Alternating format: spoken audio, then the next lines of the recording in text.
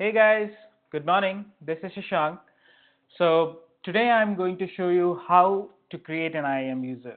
So before creation of an IAM user, just wanted to brief you out what is IAM.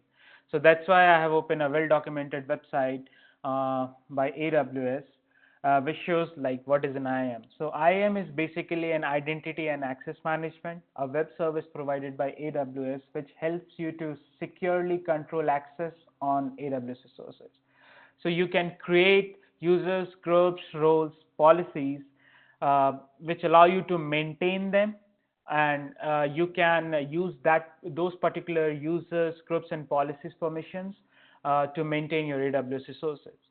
So the basic aim of this particular tutorial is to create an IAM user and to understand how the flow happens on the IAM side while creation of the user, what we have to follow. Uh, this is my perception that to learn AWS, the first basic part is to learn IAM. So let's go ahead and create an IAM user. So this is the AWS console that we have. Uh, Again, here you can see a lot of services provided by AWS like compute, storage, database, blockchain, management governance, security, identity, compliance. Again, since we are going to create an IAM user, so let's go into the security, identity, and compliance section and select IAM.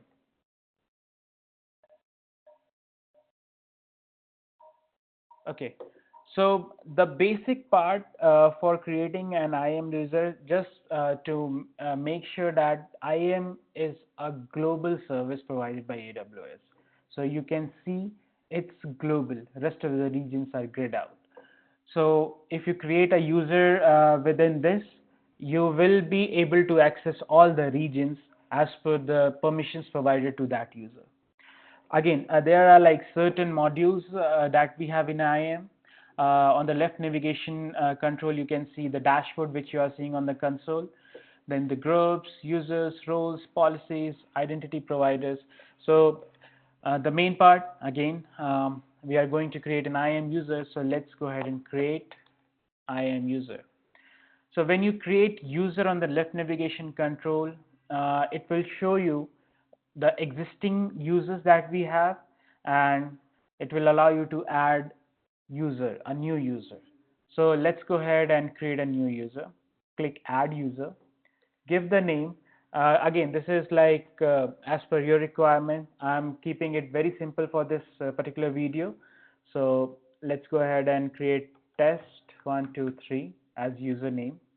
We have two type of access, programmatic and AWS management console access. So the one which you are seeing on my video, it's a management console, so we'll be checking this around. Programmatic access mostly allow you to, like a DevOps engineer or a programmer on the AWS side, to interact with all the AWS resources with the CLI model, which is command line interface. Okay, the second part is like console password. To log into a console with username test123, you need to have a password. So you can select either auto-generated password or a custom one. So I'll go ahead and create a custom one. Let's say test12345. Okay.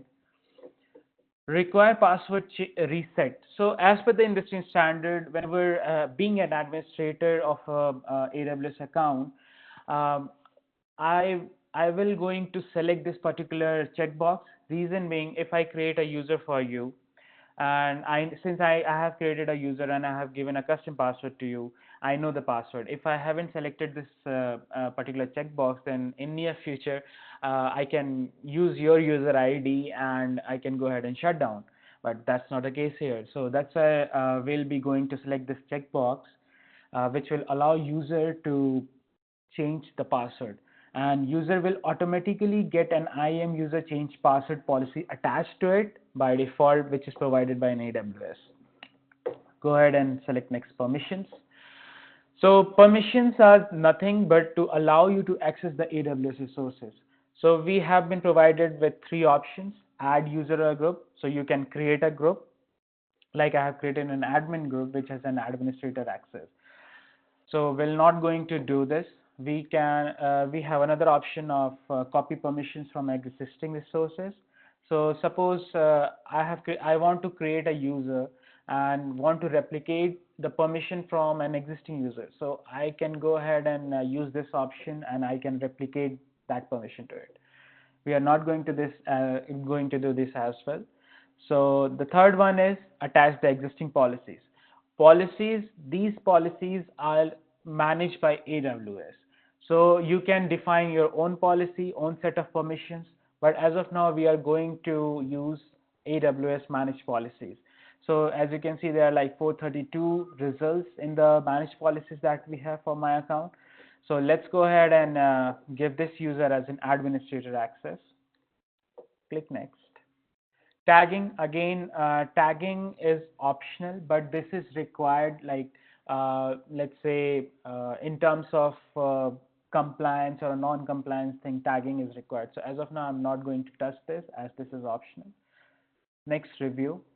Review this, the username, you have selected a custom password, you are requesting an access of programmatic and management console. Required password reset, yes, it is selected. And two set of policies, as I said, the IAM change user password policy has been assigned automatically when you create a user with it, so that you can change your user password during the first login.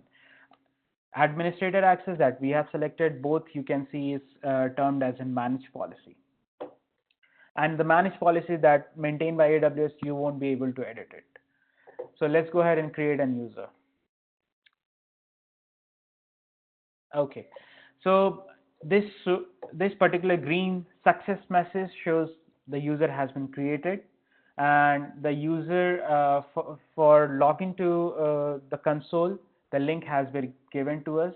So we'll be using this link to log in with test123 user.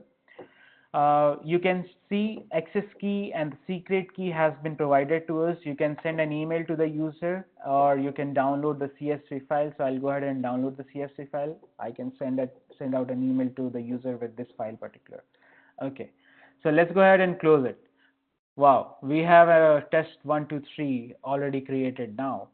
So let's see what we have created here. So on the permissions tab, we have two policies, as I said. Groups, we haven't attached or created any group, so you can create the groups as well. Tagging, we haven't done the tagging. Security credential, which is the important part of this particular user creation.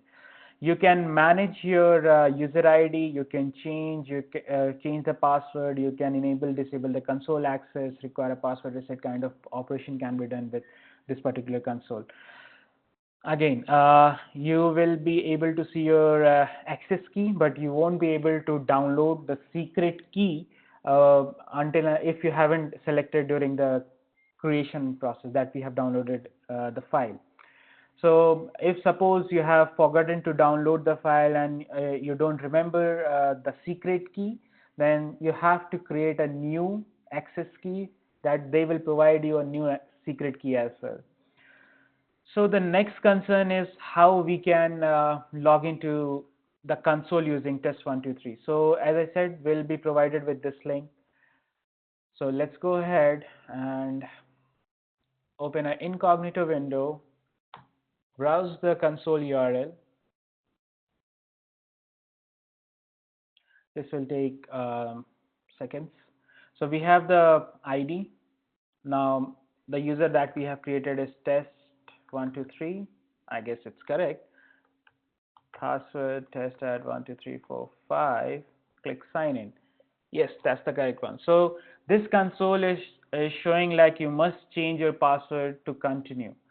So let's change the password, test at 12345, and the new one I'll gonna keep it very simple that I can remember. Test at 1234, test at 1234. Confirm change password. Yep, here you go. So we are done with the user creation, and you can see like we have a test ID over here, test123 as a user, and we are in Ohio region. So you can select any other region, and since you are administrator to this account, you will be able to do everything with your user ID. So that's it, guys, with the user creation process. Let me know if you have any question. Just put out a comment so that I can answer your questions. And let's play with the IAM. That is the first part to learn AWS. Have a good day to all of you. Bye bye.